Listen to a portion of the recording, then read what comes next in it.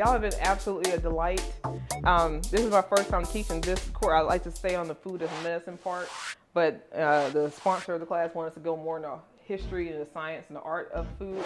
So it's been different to actually explain some of that. So hopefully you all learn some things about West African cuisine and some of the science behind cooking some of your favorite dishes. And I welcome feedback. Like I said, I haven't taught this before, but it has been enjoyable. And I think a little biased because it's been Nigerian food, so a little bit biased. Okay, so today on the menu, and it's already on the website. We're doing so much with the videos and getting my website together. So before last week, I told you to go to the blog. This week, you're gonna go. There's a tab that says recipes, and we're gonna do. It's called Ewa Riro. It's stewed beans. It is a staple dish, and it's a main dish. The beans is the dish, and normally served with like plantain. You can see that in the picture how it's normally served, and that's a whole meal, and it's just warms your heart. And you'll see it be very similar to the moi moi, like as the base ingredients. And then we're gonna do a suya. Now suya is normally and I say barbecue. Don't think of barbecue like American barbecue, but it's Nigerian barbecue meat. Typically beef, but it's also now done with gizzards, chicken, ram, tripe, all kinds of dead animals. But it's mainly done with beef. It's skewered, and it's usually marinated in a dry rub. And right before they grill it on an open grill, they put a little bit of oil on it, and then during the day they let it sit. And then at around 4 or 5 o'clock, when the sun starts to set, because it's very hot, then people get off work, they get a beer, they get their suya that's skewered, and that's like a snack, and it's sold on the roadsides and the carts. So we're going to do a meatless version of that, and then the suya seasoning. I've already prepared it. I didn't think you want to watch me pour spices to a jar. I figured we could skip that part. And then by request for the sweet treat today, because I can't remember who asked me to do it for this week. I was going to do something else. We're doing the Wholesome chocolate pudding that we did in the last class. The one that you all said tastes like Jell-O cups, so I don't remember what that tasted like. But it's very, very wholesome. So any questions on that? And you all can find the recipes, like I said, on the website. Go to my website at thenigerian.com. I've got brochures over here, just in case you forget about me over your holiday break, so you can say, oh, that's the website. Okay. And I also have some sea moss for sale today. I have lime, ginger, and elderberry, if you're interested. And then we've got some infused water. I think there's strawberry today to accompany your meal. Today the goal is to serve the meat and the beans kind of together, and then we end it with the pudding, and then get y'all out of here. Okay. So, all right. So with that, we're going to start with our suya seasoning, and y'all make sure you get your cookbooks too, because then you can use them over the holidays while she's not here, and make your recipes and all that good stuff. So don't forget to get your cookbooks before we leave. Thank you, Kimberly. Huh? We're going to start off with the meatless suya. Oh, okay. Yeah, and the suya seasoning. So I've already prepared the suya seasoning. So let me explain to you. So this is an American version of it. Oh, I didn't. Sorry. Okay, sorry guys. So normally it's made with it's called kuli, and it's a roasted peanut with lots of spice that's been roasted and packed together and dried out. And you can buy that in the street for the street vendors. That's normally at the basis of suya seasoning. Well, that's hard to find unless you go to like an African market, and even not all the African markets in Charlotte have it. So the replacement for that is powdered peanut butter. So it doesn't have the roasted flavor, but you can buy like the PB2, you see that in the grocery stores, and that's the 1 cup of that we have in here is that. So I just wanted to make sure we knew that. It's called kuli, but that's the traditional thing.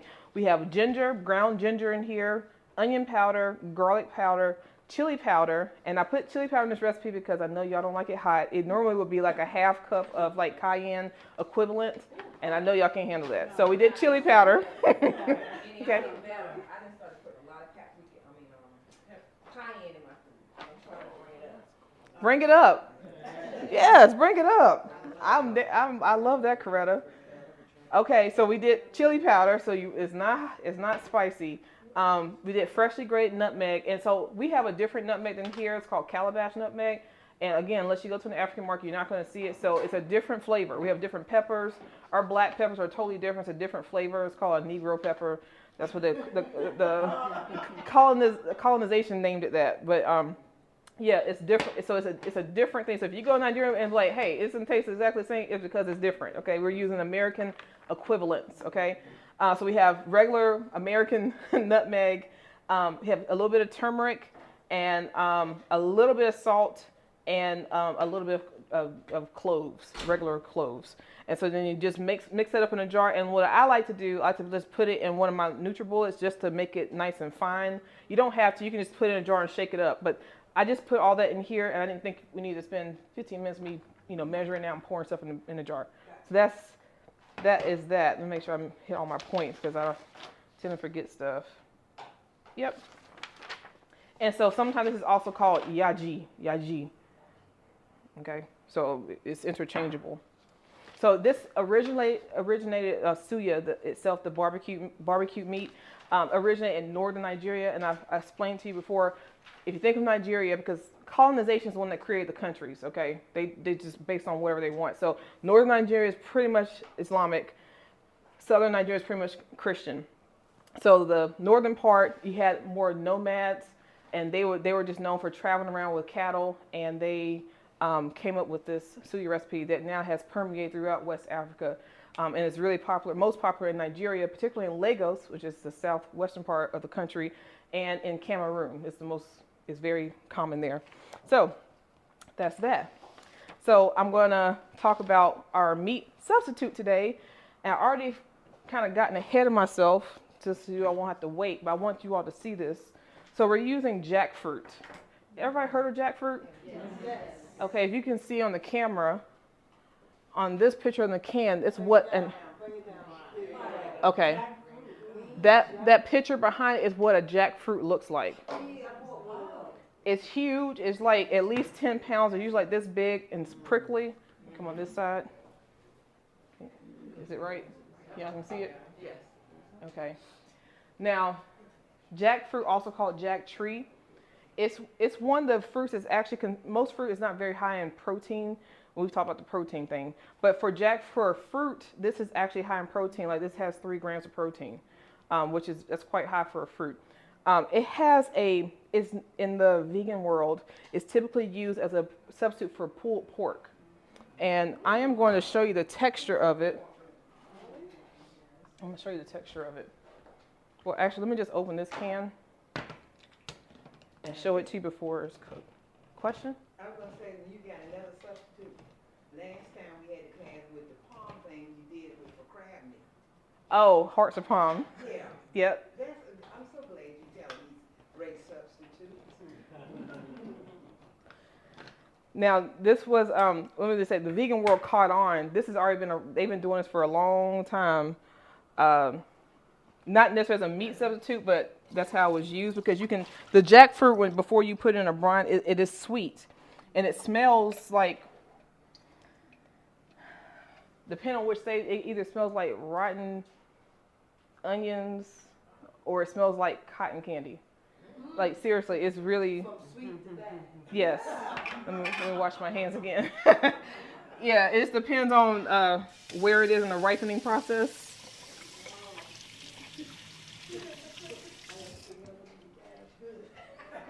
You said what? I figure if I'm going to get bad or good when I cook it. Like guinea pig, got to test it first. Huh? Barbecue, exactly, barbecue. Okay, so I'm going to take out one. So this is without it being cooked. Oh, let me see. Here. Does it only show on this camera if I'm over here on this TV? Yes. Oh, okay. All right. So it's been cut up already. And this is before, you see how it flakes off? Mm-hmm. And so once you cook it, can you all see how it looks like a meat? Mm-hmm. So I'm going to take this, I'm going to pass it around. Okay, because we're not going to eat this one, obviously. But I want you all to kind of see it, okay? And, huh? Okay. He makes everything better.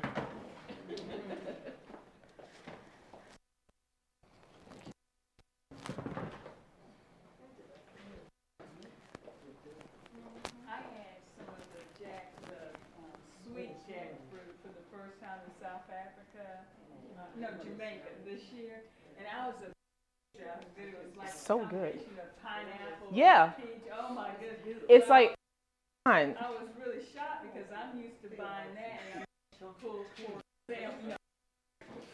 So when I had, I thought this is gonna be sweet. Amazing how good it It is so good, but it's not common here in the United States.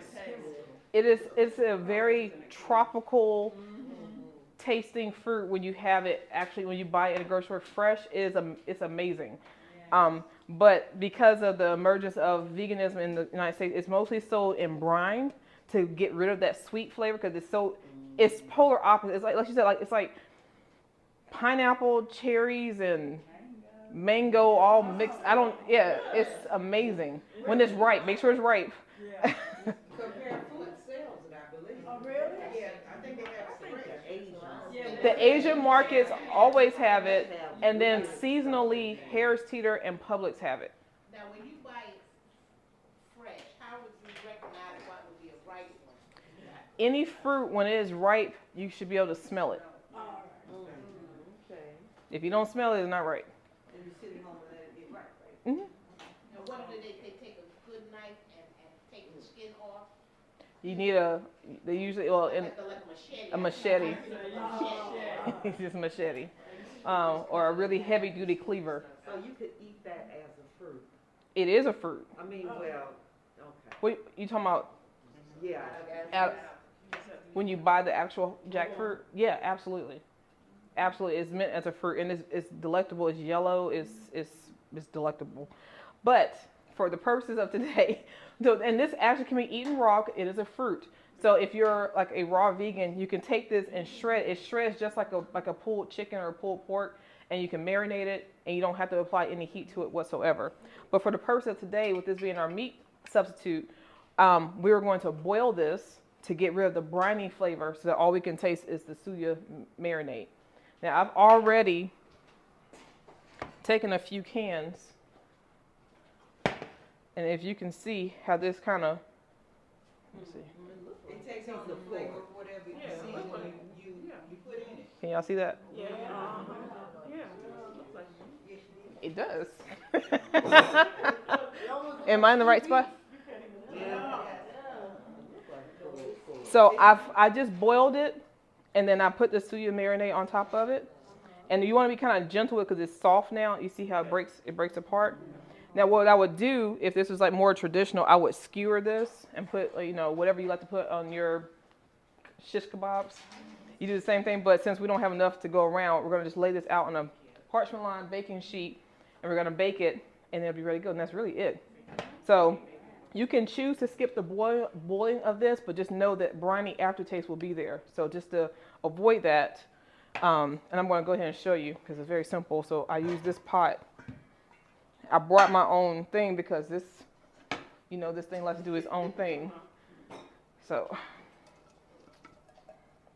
this won't take as long as it's not as much. I had already done that when the first time when I opened this. Where's the trash can? I'd say 20 to 30 minutes.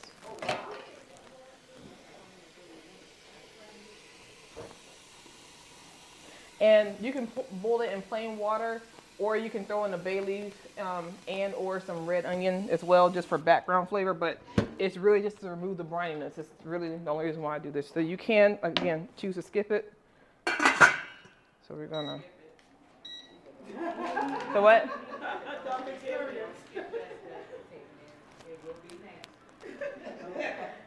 And I am going to set the alarm. I'm just saying, because especially if you knew at this, you ain't used to all that, it's gonna be bad. Okay, so I didn't say that.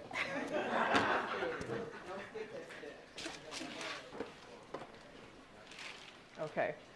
So in other words, it takes on the taste of whatever you see. Yes, it doesn't have any like distinct flavor now. So if you don't like the suya seasoning, say you don't like the taste of roasted peanuts, okay, which is, some people don't, which is fine.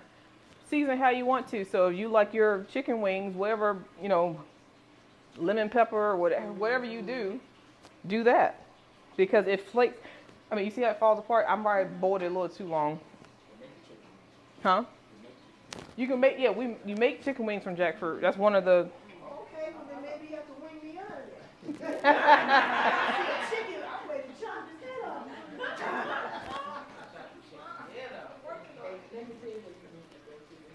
Okay.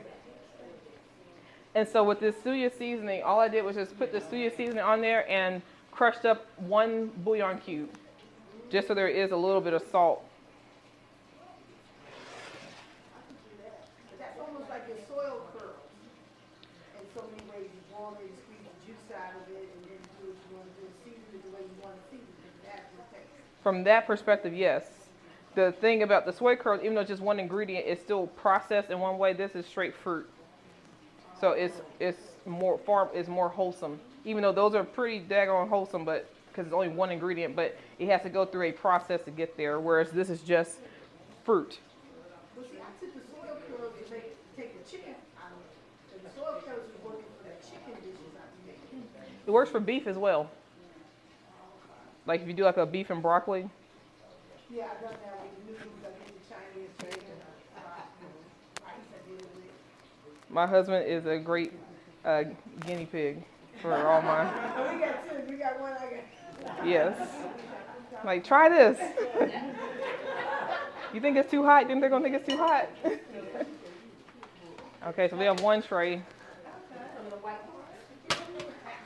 can you explain that theory again about eating peppers and what you're spices y'all have in the The thought is, it's not like a scientific PubMed published study on it. The thought is people in tropical countries, wherever they are, whether it's in Africa or South America, tend to eat hotter food because it helps you perspire, and when you perspire, that cools the body off and that keeps you cool.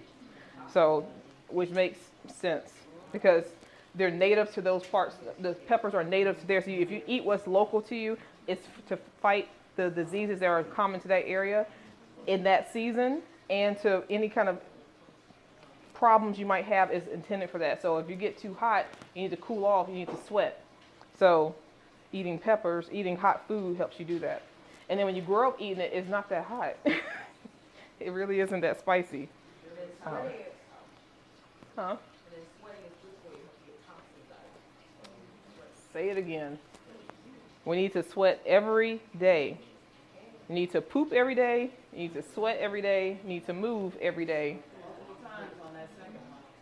Well, if you eat multiple times a day, major meals, then you absolutely should be doing that as well. See, that one just fell all the way apart, but it's so good. Like, if you want to make like a sloppy joe, it's very good. Now, you really can. I don't know if y'all how meat like that looks to you all. And that's why I say it's typically used as a pulled pork or pulled chicken substitute. Okay, so I'm going to go ahead and just bake these, and we'll do it again so you can see a fresh batch, because we have one going right now. And actually, I should do it for a little bit less time because that was a small amount. We'll just do it for about 15 minutes. And like I said, you can skewer these, you can grill them. Our oven is preheated.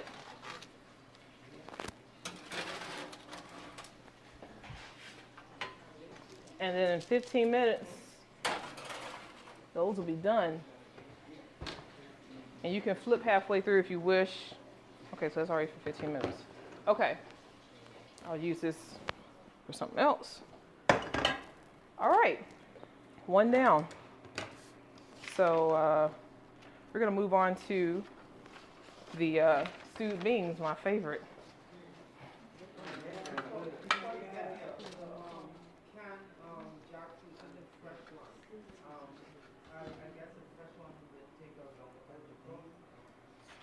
I've never cooked a fresh jackfruit. I've only eaten it as fruit. I never had the mindset to convert it to a meat-like thing.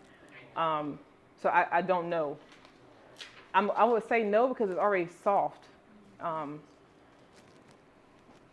So these are young jackfruit. They're not ripe yet when they put them in the cans. So they're still firm. They're not soft like it is when it's ripe. So I don't. If you bought a jackfruit, I would venture to say it would not take that long because it's already soft and it's already sweet. And I don't know what that would taste like because if you buy it, it's already ripening. I would say either fruit. I've never tried it. It's never crossed my mind. I would have to experiment with it. So I don't want to lead you astray on that one. So if you get the fresh one, then you have to grind it if you want, then you have to do another step. You just get the can. Where can you get the can from? You just get the can, huh? Trader Joe's always has it. Whole Foods usually has it. And then here recently, I've seen it at Harris Teeter. I've never seen it at Aldi, Lidl, or Publix. I've seen it once at Walmart when they had like an International Day thing. Yeah, but it's not consistent. Yeah.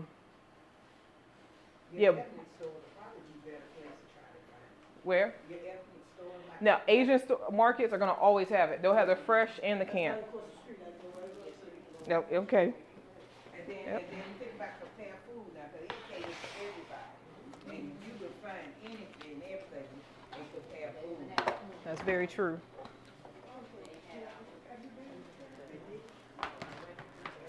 Okay. So while this is doing its thing, I'm going to scoot this over.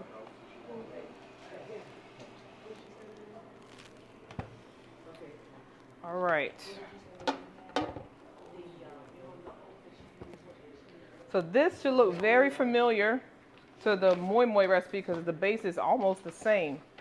So this dish, the English version of it is called Nigerian stewed beans, but it's called Ewa Riro. Ewa means beans, okay? Riro means stirred. Okay, so stirred beans which turn into stewed beans, or bean porridge is how it's sometimes referred to as well, okay? And that's in the Yoruba language. This is one of the largest ethnic groups in Nigeria. That's the ethnic group that is in the Lagos part of the area of the country, which is the southwestern part of the country. So just in case you want to know, which used to be the capital. Lagos used to be the capital. It's a one-pot dish and it's a main dish. So when you eat beans, most of the time, it is the star. All right, there's nothing else. You could have some cabbage on the side. It's normally served with plantain, sometimes gari, which is fermented cassava that you sprinkle on top. Ogi, which is fermented yogurt or bread, but it's typically plantain. It's typically plantain. And it's very delicious. The sweet with we're not making it spicy today. Okay, just, Lord. I think I even forgot the pepper. Lord have mercy. I didn't. I'm just very sensitive to you all on that. Okay. Yeah, yeah. Anyway, so Maggie cubes, which is like the staple. We're just using 2 Roma tomatoes, organic, and thanks to Kimberly, because I forgot the red bell pepper, we have 2 red bell pepper and 1 red onion. We'll add in these Maggie cubes, and that's it. That's the base that we're going to cook in red palm oil. What do we learn about red palm oil? Somebody says it's good.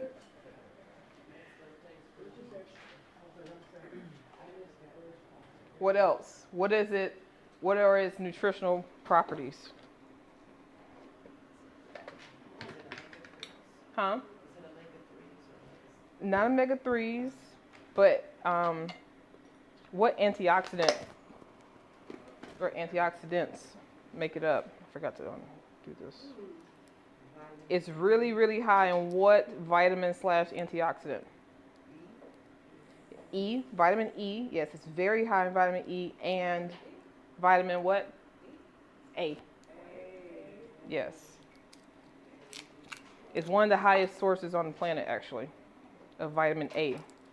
And a very great source of vitamin E. I think it has like 50 or 60% of your daily value, which is beyond excellent, right? Because what is excellent? Anything greater than what?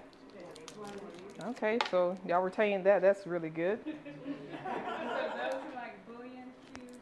These are Nigerian bouillon. So you can find these in any grocery store. And what do you call it again?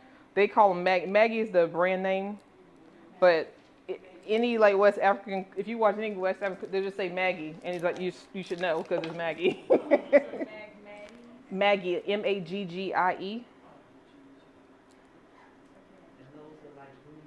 These are bouillon cubes. It's just with Nigerian flavor profile. It's in all the dishes. And if you can't find it, you can use Knorr or whatever bouillon you like to use. You don't. It's not mandatory, but yeah. And you can. This is very easy to find. Like I haven't been to a store where they don't have it. I mean, Walmart carries it. I mean, everybody carries it. Sorry, you have to watch me do this. Just got one more.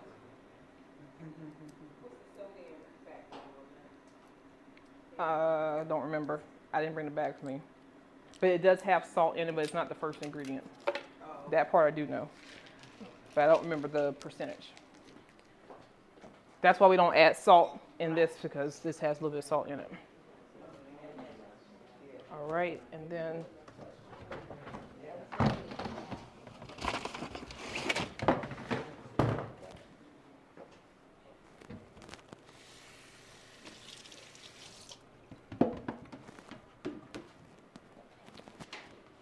all right, and just since you all gonna be doing so much cooking when you go home, you know how to hold a knife, correct? So you grab it here, underneath the bolster, with you don't really want to do this. You want to do this, and then you just drop your hand down, and that's how you control your knife. Okay. So when you want to, Because I was doing it the wrong way. I'm putting my finger on the blade, tip of the blade. you don't have as much, Control. right, and you want to be, it should be an extension of your arm. Okay. So you have full control when it's like this. And you're not grabbing it for dear life. It should just feel natural. Okay, you just grab it here and just drop your hand. Wherever it feels natural, how it drops, that's how you do it. Okay? So that's a cooking school, how they teach you. Now, let's not say right or wrong. If you have a way that works for you, then use that. Okay? If you go to culinary school, this is how they're going to teach you how to hold it. All right? Which is a European way, because no one I know in my family uses a knife that way. They do it. What they will say would be wrong in culinary, so they do it. What they say is wrong, but that's, All right, and so for bell pepper, this is how I like to do it. This is not how they taught me in culinary school, but I like to just trim off the bottom, and then when you do that, I can see exactly where the seeds are and where the white part comes out, and I can just slice straight down. And so when you do like that, you have it nice and straight. So if I want to cut strips, I don't have to worry about that part that bowls over and that kind of messes it up. So now it's straight. And so now if I want to do, now I can just cut strips. But we're not doing that. We're just going to put that in there for this purpose. But yeah, so now you just cut straight down. See? I don't have to rinse it off and it wants to get the seeds out. Nope, you don't have to do all that. You can, and you bypass. You see how I left the white part there? So this is how I like to do it. And then you take this, compost it, okay, get that nice black gold, and then you still use the bottom, all right? All right, so we do the same thing here. And this is also a good way too, so if your peppers were going bad, before you start chopping all that, you can see what's going on in there, right? We put that in there. And then you just go straight down. And you have full control with your knife, and you're cutting out the little bitter part. And then you've got your perfect slices. And this is how you can make the perfect little squares. And now it's very simple. Okay? So if you didn't know, now you know. Just throw that in there. So unfortunately, we don't have a compost here, so I'm discarding that for now. But you can also use that for stocks. I mean, there's a lot of stuff you can use it for. Okay? Oh, actually, I'm not done with that. Oh, I can't believe there's no pepper in this. Now, when you're cutting an onion, now we only need to quarter an onion for what we're doing, but I'm just going to go ahead and show you since we're in knife mode and this is our last class. First thing you want to do is anything that's round, you cut it and make a flat bottom so it doesn't roll over the place. Anything that's round, make a flat bottom to it. That's the first thing you want to do. Now, when you cut an onion, you want to keep the root intact. Not only does that make you cry less if you do cry, the stuff won't just start spraying all over the place. Okay. So when you're cutting an onion, you want to cut it in half. Okay. Now I only need a quarter of this, but I'm going to just show you anyway. You would take this, turn it to the side, and then you would make slices. Oh, this is a little divot here. You make slices in it. And then you would take your knife, remember keeping the grip on it like that, and keep your hand in what they call like the claw. And then you would just make these vertical cuts. And you see how everything kind of stays together? And then you would go through and chop. All right? And that's how now the gas hasn't been cut, and you've cut along the grain. When you cut across the grain, that's when the gas is released that makes the tears come. So that's the last thing you do. But now we're at the point where it's already sliced into dices. And when you cut, it's called the rolling technique. You never want the tip of your blade to leave the knife. So when you have your claw print here, all you're doing is this. It's like a backwards C. That's the motion. You just do like this. And this is your guide hand. So your guide hand is feeding the vegetable or fruit. So you can slice it as thin or as large as you want. Okay? Now for this, I'm just going to now cut off the root end. If you cut off the root end too, it will also release the gas. That makes your eyes water. So most of the time when I'm using onion, I don't have any kind of reaction, because if you cut it properly, you really don't. And if you do get the reaction in culinary school, you put your head in the freezer, and you'll be fine. Okay? It does, and it really works. And you can also put a damp cloth right beside you, and it absorbs the gases, and it will significantly reduce the gas making you want to cry. Okay? Damp cloth around the onion? Yeah, you put I would wet this, think of it, and I would just leave it right here, and it starts to absorb it. So it doesn't mean that you'll be completely tearless, but the intensity is not there. But you can also just put your head in the freezer, and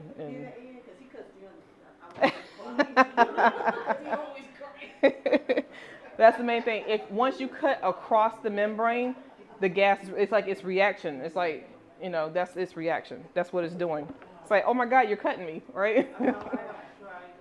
That's what's happening. So, only thing that's missing is a whole pepper. Right there with my bell pepper. But that's okay. That's okay. And side note, if you do not have a high quality blender like this, you want to add in about a 1/3 cup of water to help your blender out, and you will make sure that water's at the bottom. If you have a high speed blender like a Blend Tech or a Vitamix, you don't need to add any water.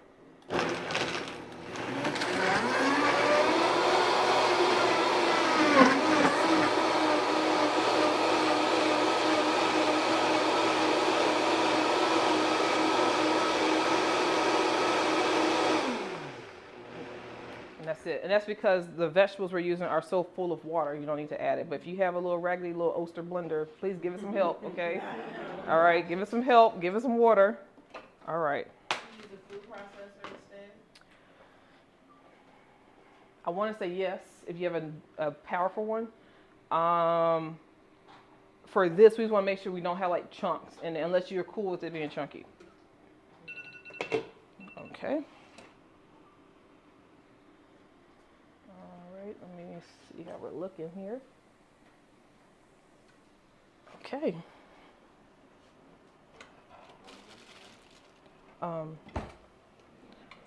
Might let these hang out because I'm going to put this new jackfruit in.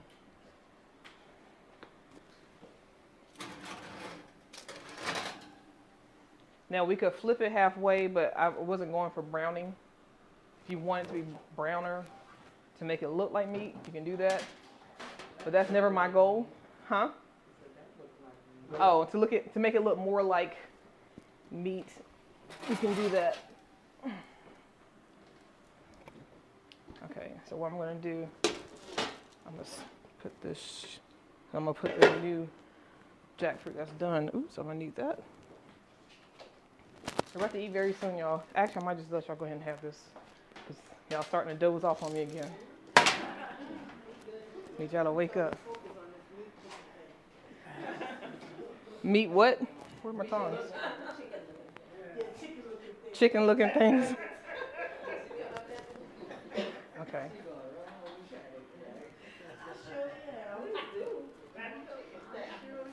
I'm really trying to wing. When I go to the supermarket, I look at chicken nuggets.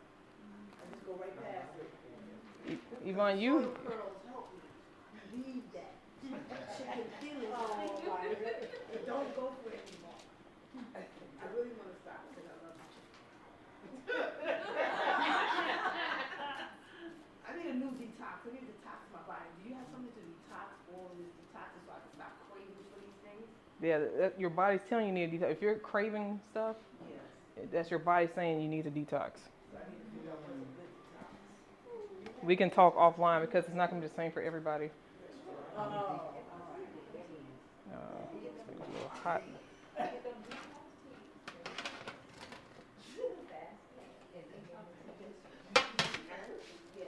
Okay. All right, so now I'm going to use this sheet pan and I'm going to put the new ones on there. All right. Okay. And I'm going to show y'all something new since we're kind of bougie today. Y'all see the beautiful decor? Oh, yeah. So Coretta did that. And the beautiful place settings with Deb and Jackie. They did all this because decor is not my strong suit. But this is called like a pinned colander, and I love it. Where'd you find that? Amazon does have it, and I found this in Sur La Table. That's like my favorite cook. If I'm not in like Barnes & Noble, I'm in Sur La Table or Williams-Sonoma just looking at stuff. And so you can just pour straight from it. Thank you, babe. This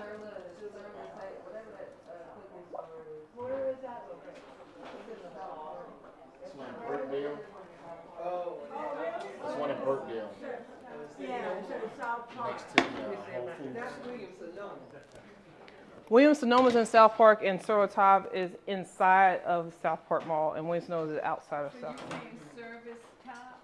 Sur La Table. Oh, I see. Okay. Yep. What is that, the bean?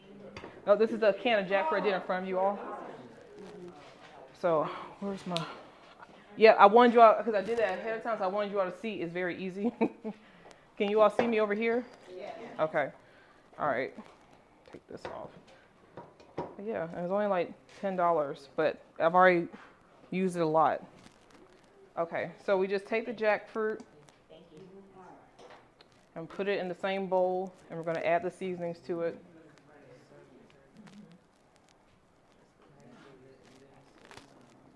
Oops. Okay.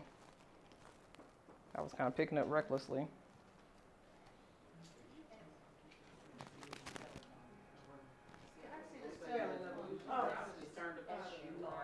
You just boil that in like 2 cups of water.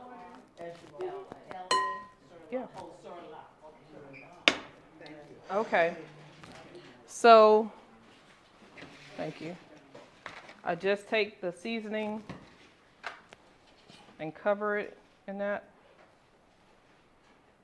And I've already told you what's in it. What's the main ingredient in it?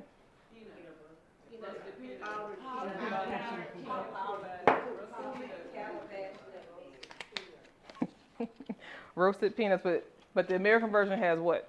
PB2. There we go. PB2. That means it's not roasted. So you can add smoked paprika to it to help give a little bit of a smoky flavor, but okay. And then 1 bouillon cube, and then a little bit of coconut oil so that it kind of sticks to the jackfruit. More than a little bit. Yeah, I found they had, what was it, Harris Tea, that had the coconut oil like yours, liquefied, already liquefied. So this is called refined coconut oil, meaning that it doesn't have any coconut flavor, but it still has the same high heat point, high smoke point, and it still has the MCT, the medium chain triglycerides, which is really good. And if you're engaging in that keto mess, you know, you could do that. So, yeah, you can do that. But all the medicinal properties are in unrefined virgin coconut oil, and it should never be heated for the medicinal properties. Okay, so you see that's very quick, and put whatever seasoning you want on it. So today we're doing suya seasoning, so don't say you don't like jackfruit because you don't like the seasoning if you happen to not like the seasoning. But think about the texture of it, think about how you could use it for a lot of different things, and put whatever seasoning, spice blend that you and your family like. No, they said they want to go ahead and wait.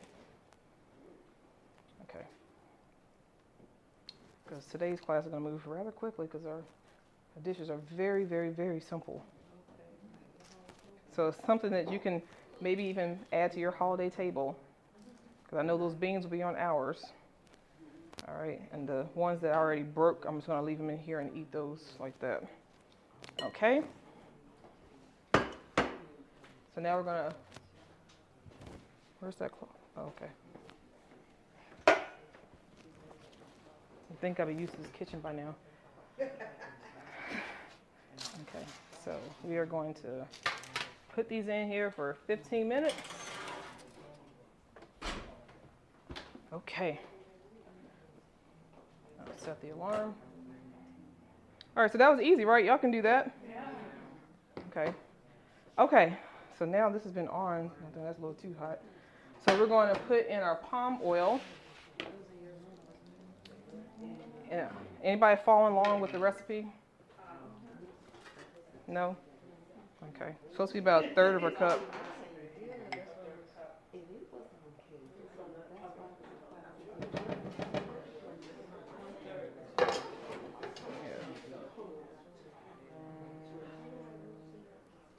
Now, what is that you putting in there? This is the palm oil that's at the very end, trying to get a little drop of it. So sometimes it's orangey, sometimes it's red.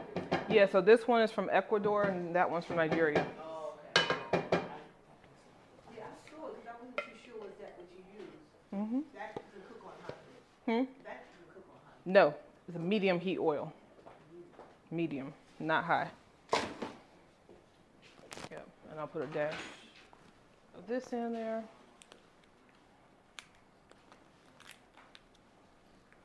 So like I told you last week with the moi moi, we know that it's done because the oil will rise to the top. And the oil is not used, the oil is used for color, but it's mainly used for flavor because it has a distinct taste. So if you don't have palm oil or feel like you can't find it or whatever, or don't want to use it, you can use coconut oil. It will have a different taste because palm oil does have a taste. Okay, and you see that beautiful color. Now we've talked about this a little bit, but so this is any fat that is solid at room temperature is a saturated fat. Okay, now I know fats have gotten a bad rap, but you need fat. You cannot be on these low fat diets. And why do you need fat? Does anybody remember why we need whole fats? Anybody recall? That's a byproduct, yeah. So what? That's what holds you why normally folks of color, our skin don't sag.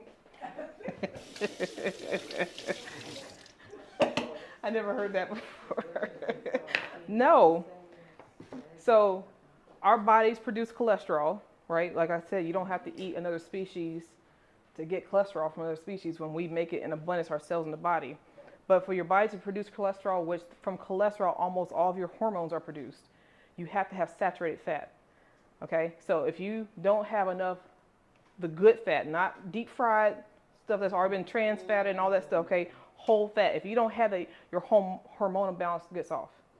Okay, it's imperative. Now, does that mean that 50% of your plate should be saturated fat? Okay, you just need to incorporate it 10 to 20%. Okay, in your day, you should have some fats. Of course, I have on a white top, right? It's an L. Do you mind? Thank you. In the lid, because I'm going to have to use that for the blender next. Okay. So what we're going to do is let this just do its thing. Now, if you want to add, yeah, it smells like home. For real, it smells like home to me. So what we're going to do, we're going to let this cook a little bit, and this cooks the onion. And what we would typically do also, I just don't want to overwhelm you with onion. When the palm oil was melting, we would have diced up another red onion for that to fry up in that, and then we would add the pepper mix to it. And now we're going to let this cook for, let's say, like 5 minutes, just to let it meld a little bit. And then from here, we're going to add our beans to it. We'll stew that, and it's done, and it's delicious. Okay? Now, I'm going to get back to the cholesterol thing, because I didn't finish that point. But the beans, so this dish, the beans are intended to be mushy. Okay? It's supposed to be a comforting dish. Now, if you don't like your beans mushy, then don't make them mushy. All right? But today, they'll be slightly overcooked. Now, you can do them, like you can cook them from scratch where you do that, or cook them in an Instant Pot or a pressure cooker. Or last result, you can buy canned beans. Okay, so whatever you want to do. Now we're using the bean. What beans we used last week for the moi moi? Who recalls? Okay, yes. So the original bean is a loyan bean or honey bean, and a close equivalent to that here are black-eyed beans. So for this dish too is, hey Leslie, close. We use black-eyed beans for this as well, but we normally use the oloyan or honey beans or brown beans in terms of the actual Nigerian beans. But those are not here. Oloyan, which means honey in English. Oloyin. It means honey in English. So we use the honey beans, and they actually have a little, for a bean, it's not like it's a dessert, but it has a sweetness to it. And that's the bean you would typically use for this, and that's why it's typically paired with the plantain, because you get the sweet with the spicy and the hardness of the bean, and it's all together is very good. I know it's probably hard, but can you find Alolan beans? If you go, every African market has it. That's where I get them. I just go to the African markets. There's one right here on Sugar Creek, Liberty, but I typically go to the one off of Woodlawn and by my old job. Uh-huh. Oh, yeah, I know that guy. He's the name. Mm-hmm. Yes. And then there's a Ghanaian market in Gastonia now. I don't know if y'all aware. If y'all go to G-Town, there's one there that opened up about a year ago. It's owned by some Ghanaians as well. They have it. So I haven't been to the African market that doesn't have them. And then you can buy the ones that are already peeled there for the moi moi, so you don't have to peel the beans if that's something you choose to do. So, Now, I always like to add a little bit of fresh nutmeg. So when I go back to add the beans, I'm going to just put a little bit of fresh nutmeg on this. But to finish up what I was saying, so to make sure your hormones are in balance, because when they had this thing in the late 90s about, they had this ban on fat, right? And then your body can't operate on that. You need to have the lubrication. Your body has to produce the hormones. Now, your hormones are produced primarily by your liver. So if your liver is jacked, if your liver is fatty, if your liver, a lot of people, the highest prevalence of liver disease is from non-alcoholic fatty liver disease. That's the highest prevalence in this country. So it's not a bunch of alcoholics getting liver cancer or liver disease. It's people eating all this crap, particularly all these fried meats and cheeses and all this stuff, and it's messing up your liver. So when your liver is compromised, your hormonal balance gets off. And if you're not eating, and then you think you're being healthy because you're eating McDonald's, but then you say you want to buy the non-fat yogurt, okay? You way off. You're way off. If you're going to do the dairy, get the full fat. Seriously. The non-fat is not good. And then normally when it has non-fat, you normally have the sugar alcohols added to it and not pure whole sugars. So if you're going to do that, just do the whole thing. You're not saving yourself. So that's something to really be aware of. Seriously. Your body, your cholesterol. So cholesterol, and anyway, I won't get too scientific, but I'm very passionate about that. But yeah, you have to have fat in your diet. So eating an avocado a day, putting in a tablespoon of virgin coconut oil into your smoothie every day, eating walnuts and seeds, eating that every day because your body needs it in its whole form. So if you're eating French fries, burgers, the stuff like olive oil has been cooked on the stove, that doesn't count as your whole healthy fats. Okay, you have to have them. Your hair won't grow, and your body prioritizes the thing, your hormones. It'll stop producing certain hormones, and then because it says, oh, she's stressed out, we're going to jack up her cortisol, so we're not going to produce enough estrogen for her. Okay, that happens a lot, especially if you're going through menopause or postmenopausal. You're going through this hormonal transition. You've got to make sure that you're eating.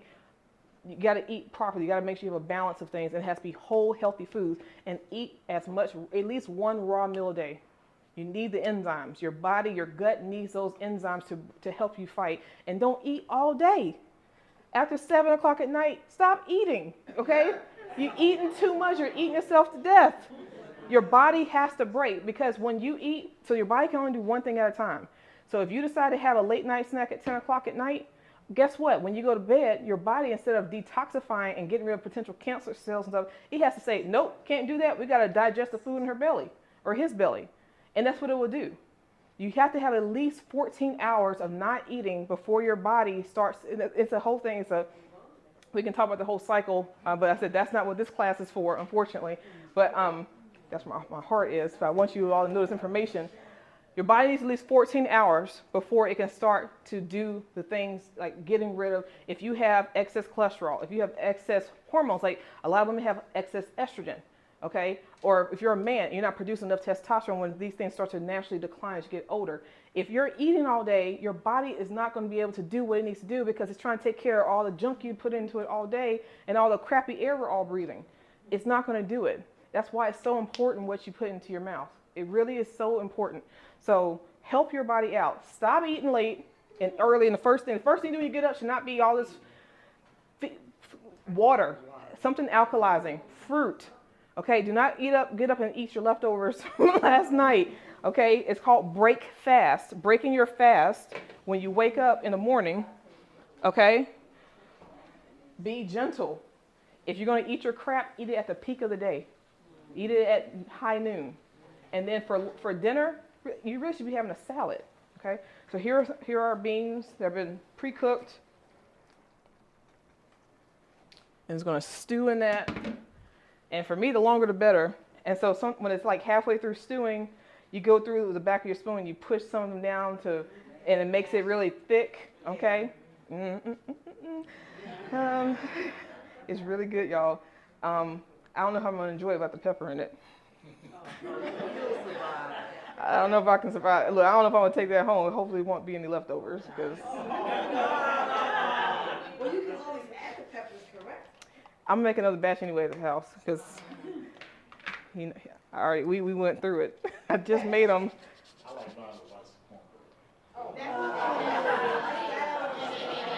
That's not authentic, but I did it for him. I made him some cornbread. I almost bought some cornbread today. I said, we had greens last time, we had no cornbread. I don't know, that's some Nigerian stuff. That ain't no South. No, we don't do, right. No, we won't do like the cornbread per se, but we'll put gari on, like I was saying, which is the fermented cornmeal. We will sprinkle that on top. Okay, so because maize is post-colonization is a major crop in West Africa along with rice, because now we're like the top rice agronomists in the world since the 1400s actually, for rice and maize or corn. So we're going to let this just do its thing, and we're going to eat, because it is good, because it is good. All right, so.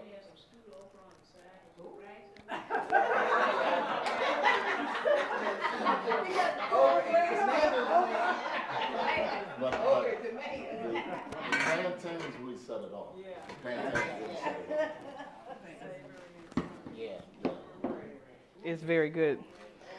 Okay, so since somebody set their timer for like 10 minutes, because what I'm going to do now is get this pudding going for you all, and we can probably have everything together, huh? Just for you, huh? Is that with the dates in it? Yes. Oh, I love that. Somebody asked me to make this today. They're not even here. But, huh? I don't eat chocolate pudding, but that was the bomb. And I'm not a chocolate fan either, actually. But that was very Oh, the cheesecake? Okay.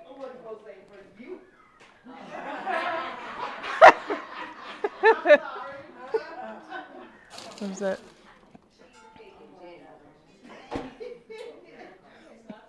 Okay. Y'all are funny, man. Y'all are funny. Okay, so before we start cooking this, somebody set their alarm? Yes. Okay, thank you. All right, so pop quiz. Remember we talked about this like 2 weeks ago. I said don't say things just because you hear it being marketed to you and you don't really know what it means, right? Because everyone's like, oh, antioxidants are good and free radicals are bad. I said, okay, so what is it? It was crickets. Okay, so what are free radicals? You got that one. Oh, free radicals. It's just like explaining your body is a glass house, and the radicals are the marbles. And the radicals hit against the glass house and destroy the glass house. So that's what radicals are. And you explain to it in the way you explain. She remembered the analogy. That was great. Great job, Yvonne.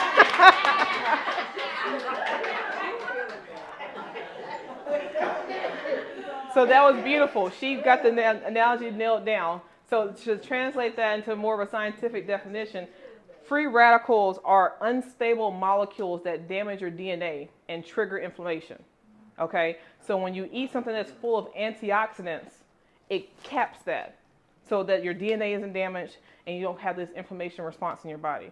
So that's really important. So just think about that. So meat is inflammatory and dairy is extremely inflammatory.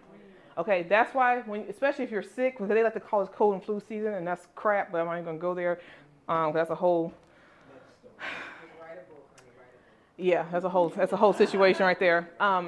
That's why they don't say when you're sick, oh, go home and eat some cheese and drink some milk, okay, because it's super inflammatory, super inflammatory. All right, so that's our suya in there. Let me try to see if I can use this rag. That mitt is just too big for my hand. Okay, thank you. That's why dairy is extremely inflammatory.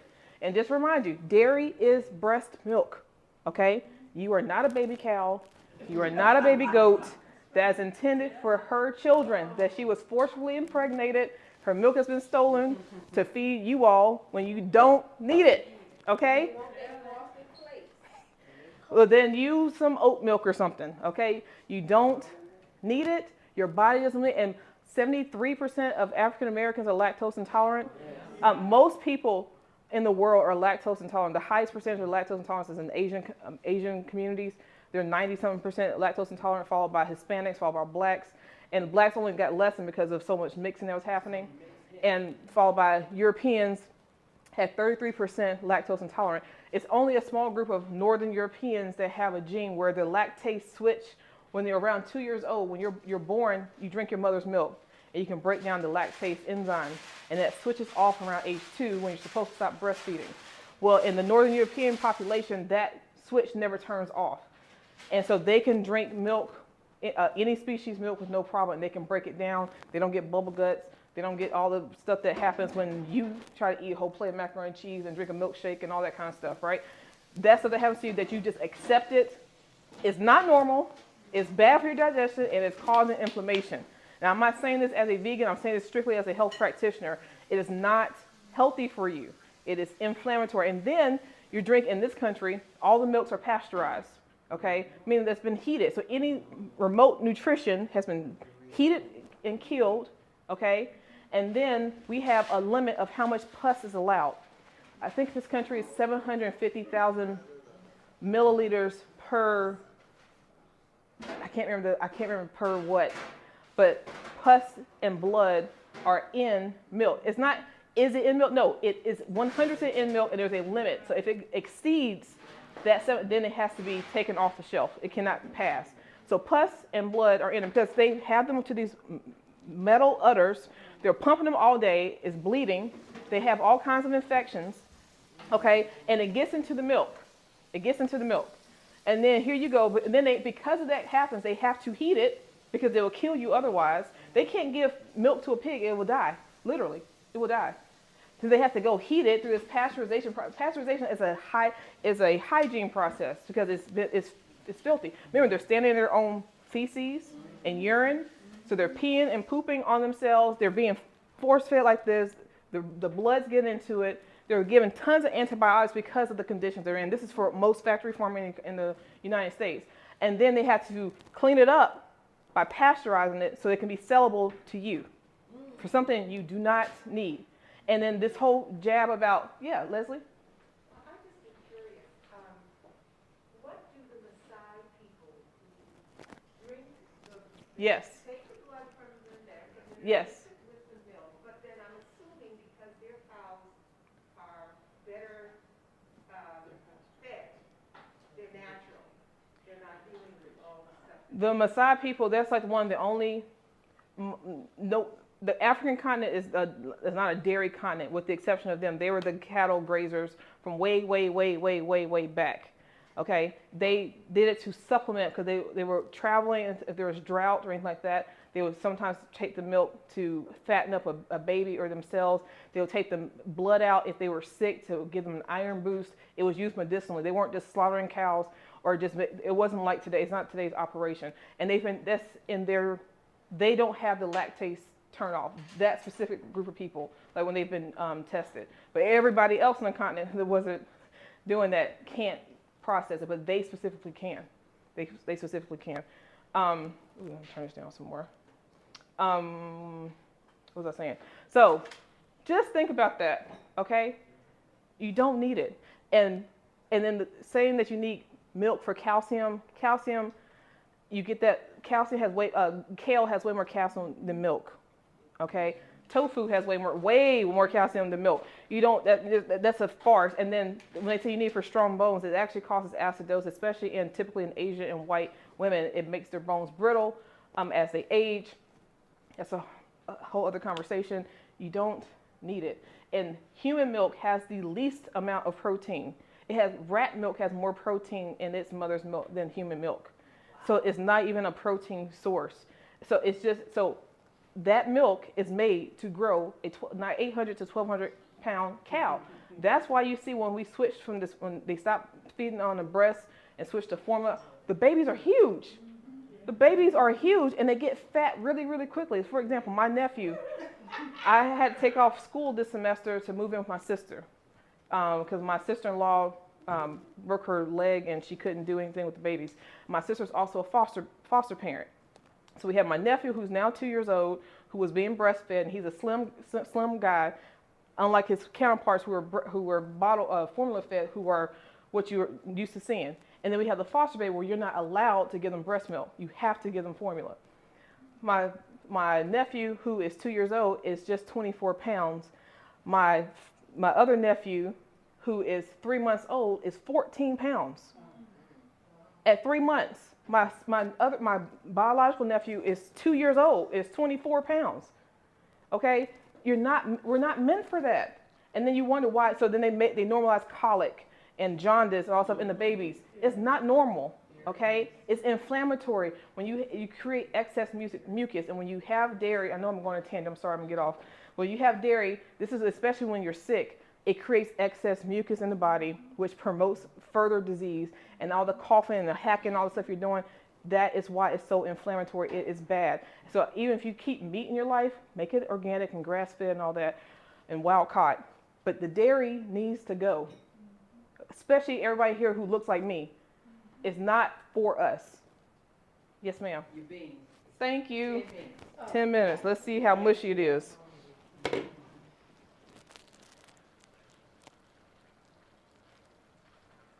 I think you can go for, let's say 10 more minutes, Jackie.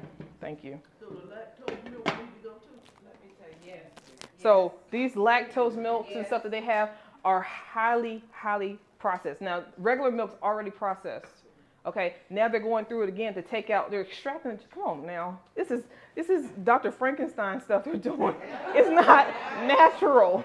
It's not natural. So what about the plant milk? So plant milks are there because we don't need milk, okay? But plant milks now, in my opinion, I think you should make your own, okay? Because a lot of plant milks now, they're making them sweet and they're adding all this stuff to it. So read the labels. So if I have a milk that I bring in, it's usually like the Elmhurst, it only has 2 ingredients, the seed or nut and water, okay?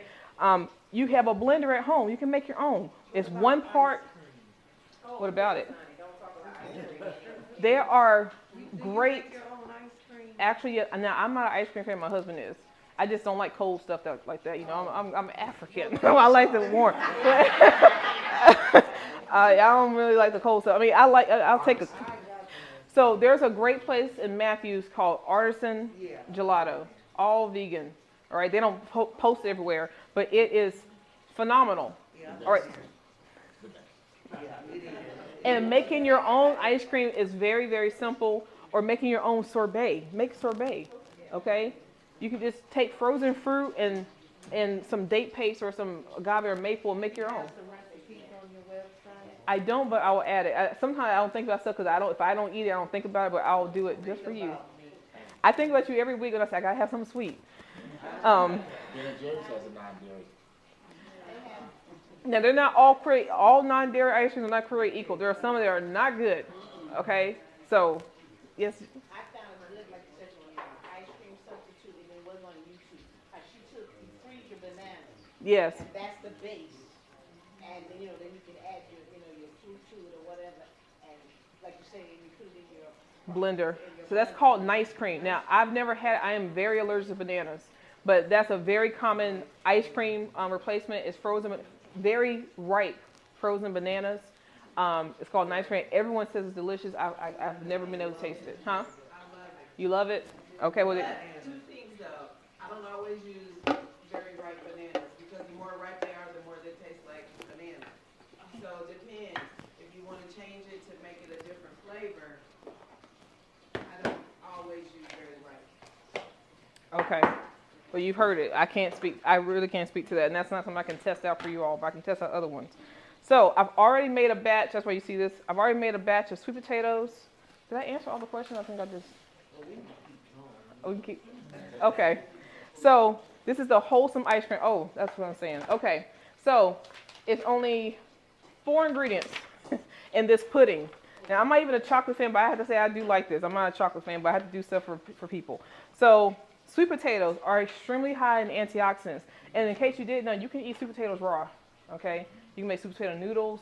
If you marinate it, it can be eaten raw. And so then you get all the enzymes, all that vitamin A and vitamin E, and the biotin, the vitamin B7, which is good for your hair and skin, which are in sweet potatoes. So just side note. So it's really, really high in antioxidants. It reduces inflammation. It's anti-cancer. It promotes good gut bacteria because it feeds your gut, because there's all the fiber in there, the fiber that's in it. It promotes good vision. That's from the vitamin A. It's really good for your immune system. And what is excellent source? It has how much of what? At least how much percentage? 20. So it has an excellent source of vitamin A, vitamin C, and potassium. Okay, so they're just a nutrient-packed vegetable tuber. It's actually a tuber. It's really packed full of that. Now the dates. Has anybody seen fresh dates in real life? Yeah. They're not usually here in this country, but dates grow on a palm tree called a date palm. So it's a palm fruit. Okay, in case you didn't know, just like our palm, it's a different type of palm tree that this palm grows on to get the oil. It's a different one. Dates have a date palm. They're extremely high in fiber and extremely high in antioxidants. Okay, so this is all anti-cancer, wholesome. That's why I call it a wholesome chocolate pudding. It also reduces inflammation. It's full of minerals. Dates are really full of minerals. It helps prevent plaque buildup in your arteries, so in your brain. So it's used a lot for people trying to prevent Alzheimer's, because Alzheimer's is a buildup of plaque in the capillaries of the brain. And it's usually because it's not just the plaque buildup, but the heavy metal buildup. So, and that means your lymph is not being cleansed and all that whole thing. So you keep your lymph moving every day to prevent that. It eases labor. So when you're like around 35 to 37 weeks, they say start eating at least 6 dates a day, and it eases, it makes your vaginal delivery easier. And that's been around for millennia. It's low glycemic, and it helps to reduce your overall blood sugar, even though it's a sweet fruit. It's a dried fruit. Now, what's the con? Because it's a dried fruit is always higher in calories than the fresh fruit because the water has been extracted. So I think it's 3 of these fat dates is 120 calories, 140 calories. So that's that. But you get all the goodness with it. So this pudding, the sweet potatoes it doesn't taste like sweet potatoes, surprisingly. and it just gives that bulk of the pudding to make it feel like a pudding. And then you got the dates, and we add in about 1.25 cups or 1.5 cups of plant milk, and we add in 1/3 to 1/2 cup of cocoa or cacao powder, based on your preference and how chocolate you like it. I'm not a chocolate fan.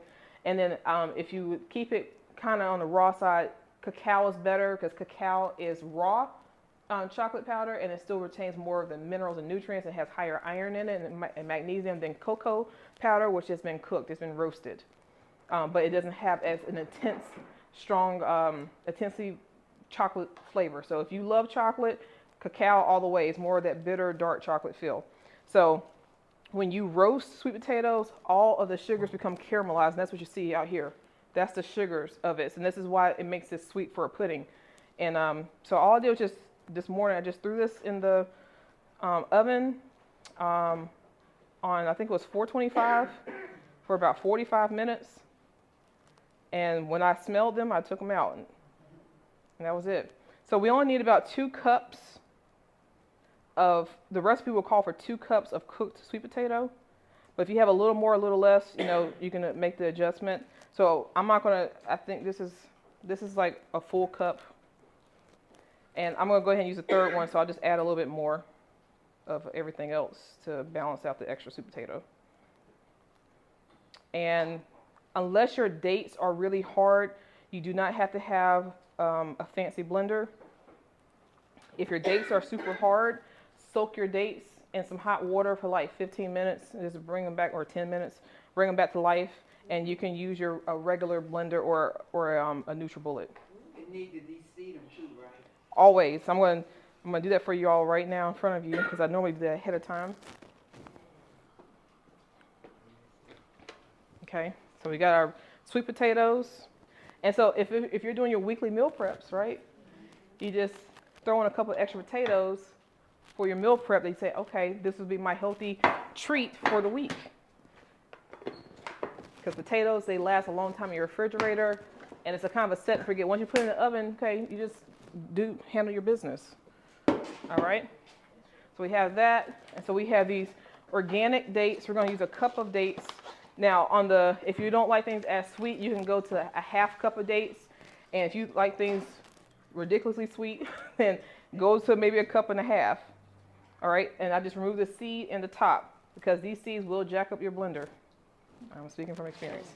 Okay, it definitely will. They are very hard. All right, so your date should be nice and gushy like this, like caramel, So it should be about a cup of dates, of medjool dates. It's usually like 12 to 14 dates. And if you, like I said, if you want it sweeter, then go sweeter. I'm gonna use the rest of these. So that's 4. I'm gonna use the rest of these, and then some of that in this other one. Dates go on sale often too. They're usually like 2 for $7 or 2 for $6, depending on which store you go to. How much is in that container? This is almost a pound of dates.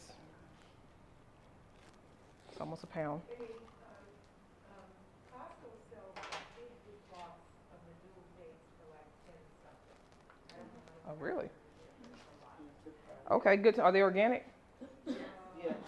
The ones I got. They may not be, I'm not sure. Okay. No, it is. I bought it last week. They're organic? Yes. That's awesome. We don't have a Costco in G-Town, so we have a Sam's Club, and they don't have dates there consistently that I've seen. It's 10 minutes more for the beans. Oh, perfect. Thank you. You're welcome. All right. How many did I add in? Now, you said eating the dates, you can eat 3 a day, be okay, sufficient enough for the sugar, because you said it helps with your blood pressure. Blood sugar Blood levels. sugar levels. I didn't say 3 a day. I said that you can incorporate them in your diet. It depends on what if you just want, if you have a person that has a sweet tooth, like sometimes if I'm not eating super clean and I want something sweet, put in some almond butter, cashew butter, or peanut butter in here. It's so good. It's so good. Or just eat them plain. You can dip them in chocolate. You can do all kinds of. You make little almond joys with them, and Snicker bars. Yeah, I kind of lost count. How many? 1, 2, 3, 4, 5, 6. Okay, I'll just do 2 more. Okay. Okay. Okay. All right. They're sticky. Yep. You need to taste that.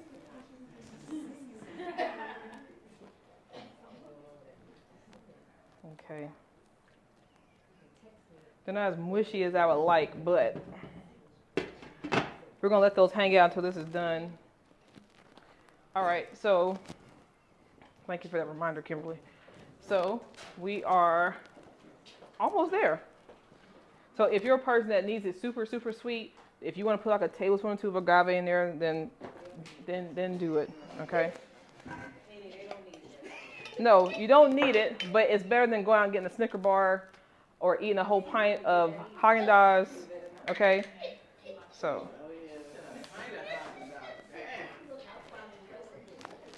I've known people that can sit down and eat a whole pint of ice cream. We won't name any names. We won't name any names.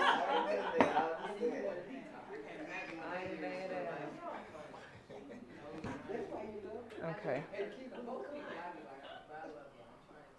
Now, is that the Okay. feed, the That's the plant-based milk. I forgot my milk, and Kimberly was so gracious to stop by the grocery store on the way here and pick me up some milk. I don't even know what it is. She got on. No judgment. I'm grateful because I only brought enough milk to make the batch I made and didn't double it in my head. So, all right, and then we've got the cocoa powder here. I've got organic cocoa powder. Of course, everything here is organic. At this point, y'all should know that. Okay. So that's done. I'll pass this around here. All right, and then we just blend.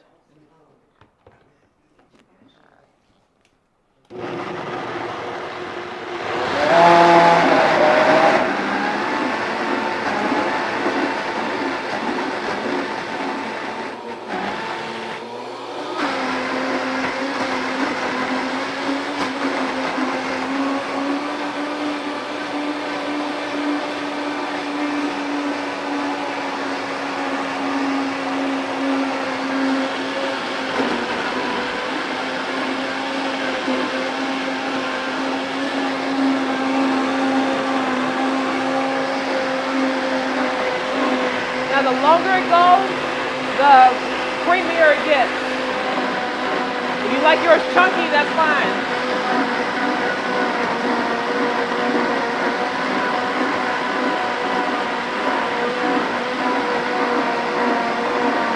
If you like yours thinner, add more milk.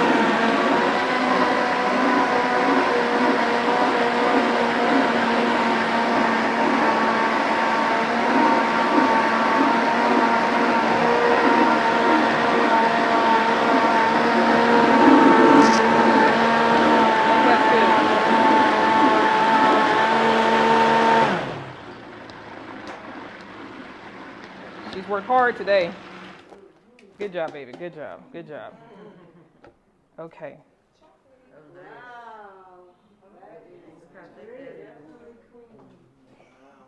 I've never seen it made with sweet potatoes before. I've seen it made with avocado. I consider it more of a mousse. I do an avocado pudding, but avocados, if y'all haven't heard, have the United States stopped trading, and so now one avocado is like $4. So I didn't budget that when I did the grant. So we need sweet potatoes. All right. I made chocolate mousse before with silk and toast. Yep. And cacao. Oh my goodness. That is really good. So easy. You just put those Put it in a blender. together. Oh my goodness. Okay, y'all, so we are ready to eat. So we've got our suya, we've got our Ewa Riro, and we've got our chocolate pudding. And I would love your honest feedback, because you see how simple and quick and easy these dishes are, even through all my talking. And yeah. So when you eat this pudding, what are you fighting when you eat this? What are you helping your body do? Anti-cancer, yeah. Yeah, brain health. Okay. And when you eat these beans, what are you doing for your body? Protein, fiber, your vision, because the vitamin A in it, right? Yep. So you try to make those connections when you're eating so it'll discourage you from eating the other stuff. Okay. So this one I made when I got here at 1 o'clock today. So it's been in the refrigerator. So this one's cold and this one's warm. So you can try both so you can see how you like it. Okay. Yeah. Now we would like this to be a little bit more mushy, but you know, you'll get the essence of it without the pepper.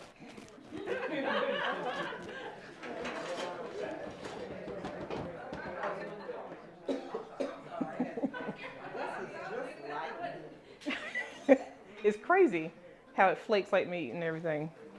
And then you can season it however you want it. It would have looked just like it. It looks just like it. They're everything. I make it often. It's a staple in our house. But the pepper is needed, and if you mush it, it's supposed to be thicker. So, yes. Yes.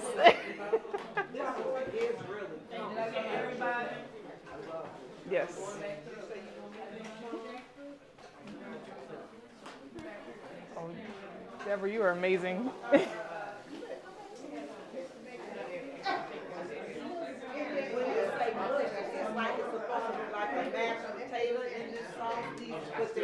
I would take like a third of a cup of the beans and smush them and mix it in with the rest of the beans and make it all thick. But the beans themselves, you have to have still like a little texture. They should be very soft, but not like a mashed potato, but just very soft. These are black eyed peas. Yes, ma'am.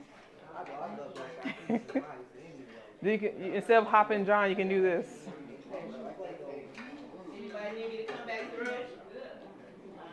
Before I sit down? Come back over, you got extra. Plus I find when I eat this stuff, I get full. When I get home, I'm not hungry. And it's Yeah. like, this is a little bit. So When, it is filling when you do eat nourishing food, you get fuller quicker. But you typically initially have to eat more frequently because you're not eating enough calories to sustain you. Because you're eating more fiber than you're used to. That's what's happening.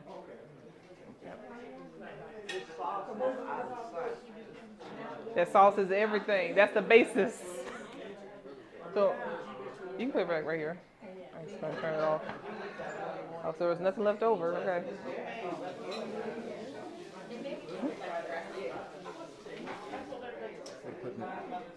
Right here in this bowl.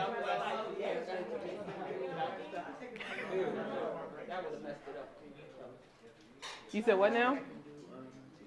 You said. Oh no, ma'am. No, ma'am.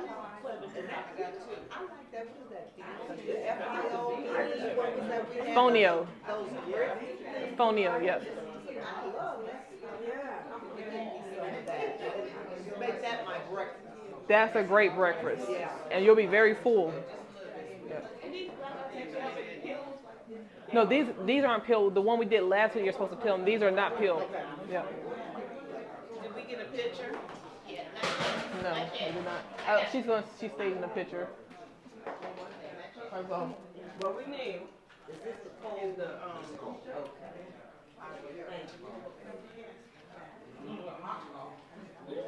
Last time I wrote excellent by his recipe, so we'll see what I do. Yeah, because I don't like, I'm not a big chocolate. I'm not a chocolate fan either.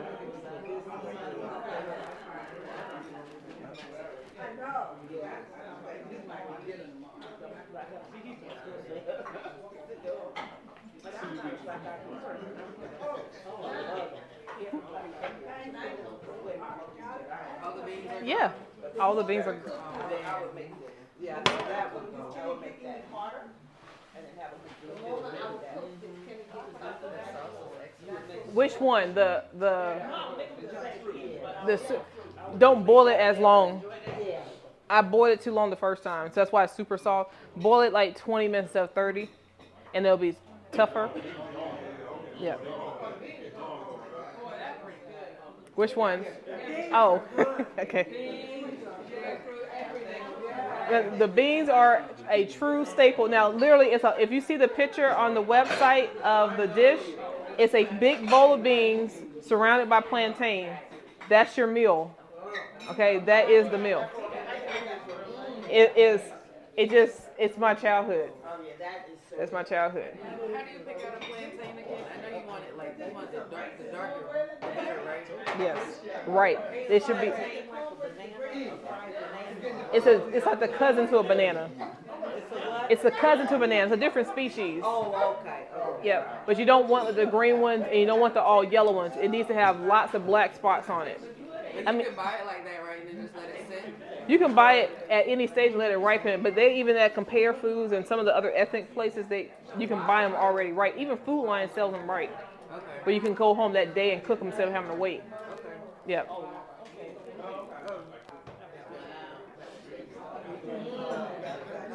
We've got lots of pudding left.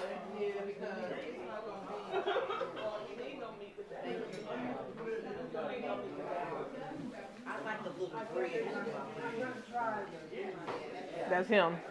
I had to make him cornbread to eat with it. Okay, so hey guys, before we wrap up, so we had a new experience with jackfruit today. What did you all think about the texture and the look of the jackfruit? Thoughts? You said what? It looks just like meat. Yeah. And so it gave me some ideas on what, because I'm traveling, so it's giving me some ideas on what I'm going to do when I travel to see my daughters, on what I'm going to cook for myself.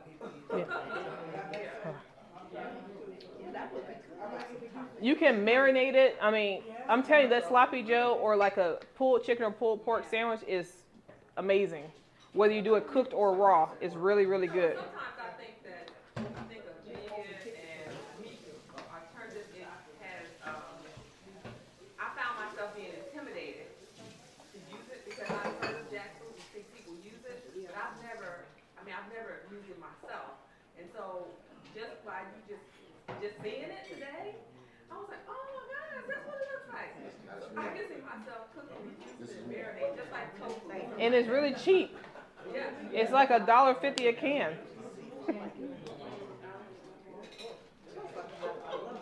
Now, I lost count how many dates I put in, so it may not be sweet enough. So.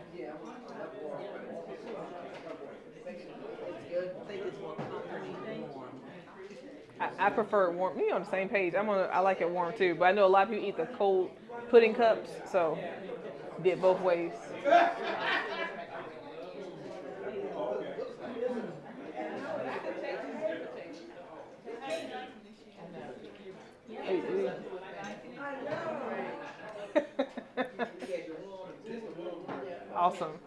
Awesome.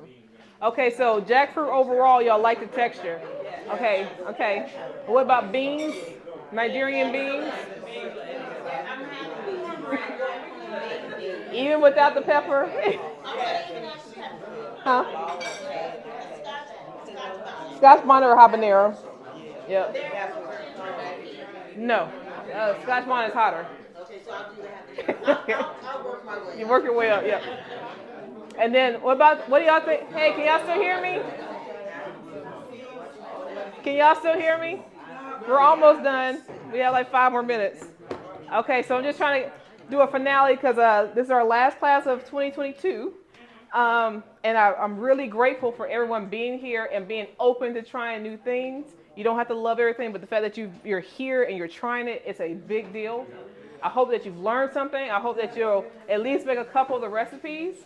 So it seems like we like jackfruit, so I'll bring jackfruit back. I'll do like a pulled pork or chicken sandwich with you all, like a barbecue, something like that. What do y'all think about the pudding? Pudding? Your husband gave me